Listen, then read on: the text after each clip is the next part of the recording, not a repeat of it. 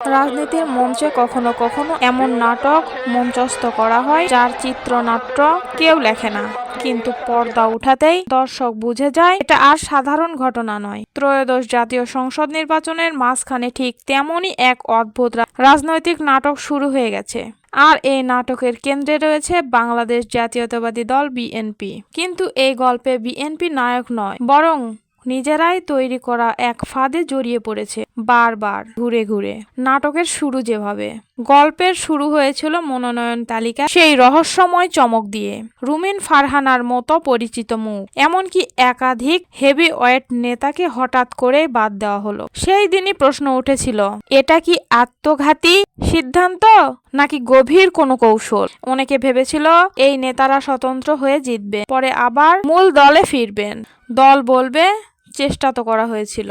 কিন্তু সময়ের সাথে সাথে স্পষ্ট হয়েছে এই কৌশলই এখন বিএনপির গলার কাটা, বিদ্রোহীদের বিস্তার। এখন নির্বাচন আর কাগজ কলমে নেই, নেমে এসেছে বাস্তব ময়দানে।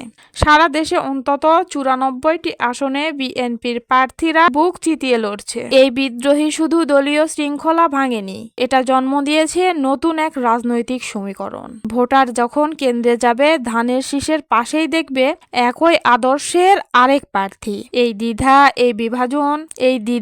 এই বিভাজন কার জন্য সবচেয়ে বড় সুযোগ? জামায়াতে ইসলামী নীরবেই লাভবান। রাজনৈতিক বিশ্লেষকদের মতে জামায়াতে ইসলামী যেন এই মুহূর্তটারই জন্য অপেক্ষায় ছিল। তাদের আলাদা করে কিছু করতে হয়নি, বিএনপি নিজেই তাদের জন্য দরজা খুলে দিয়েছে। বিএনপির ভোট ব্যাংক যখন বিদ্রোহীদের কারণে ভাগ হয়ে যাচ্ছে, ঠিক সেই ফাঁক দিয়েই জয়ের বন্দরে ঢুকতে চাইছে জামাত। বিশেষ করে ঢাকা নোয়াখালী বিভাগে, যেখানে জামায়াত ঐতিহাসিকভাবে দুর্বল ছিল, সেখানেই তারা মূল প্রতিদ্বন্দ্বী হয়ে উঠেছে। কারণ হিসাবটা পরিষ্কার, বিএনপির 15 থেকে 20% ভোট কেটে নিলেই জামায়াত চলে আসে জয়ের লাইনে। রংপুর, রাজশাহী, খুলনা জামায়াতের দুর্গ আরো শক্ত হয়েছে বিএনপির অভ্যন্তরীণ কোন্দলের কারণে। ময়মনসিংহ ও শেরপুর, যেখানে জামায়াতের জয়ের ইতিহাস নেই, সেখানেও এবার তারা আত্মবিশ্বাসী। ঢাকা চত্বর ও আশেপাশের আসন, বিএনপির 2 প্রার্থীর লড়াই জামায়াতকে এনে দিয়েছে গ্রহণযোগ্যতা। ঘরের আগুন বাইরের আগুন, মনোনয়নে পকেট কমিটি, আত্মত্যাগীদের বঞ্চনা, প্রবাসী ও নিষ্ক্রিয় নেতাদের প্রাধান্য, এই ক্ষোভই এখন বিদ্রোহের রূপ নিয়েছে। ফলে বিএনপির প্রার্থীরা লড়ছে 2 ফ্রন্টে, একদিকে রাজনৈতিক প্রতিপক্ষ, অন্যদিকে নিজের দলের ছায়াযুদ্ধ। শেষ প্রশ্ন, এই নির্বাচন জামায়াতের জন্য এমন একটা প্ল্যাটফর্ম তৈরি করেছে যা তারা গত 3 দশকে পায়নি।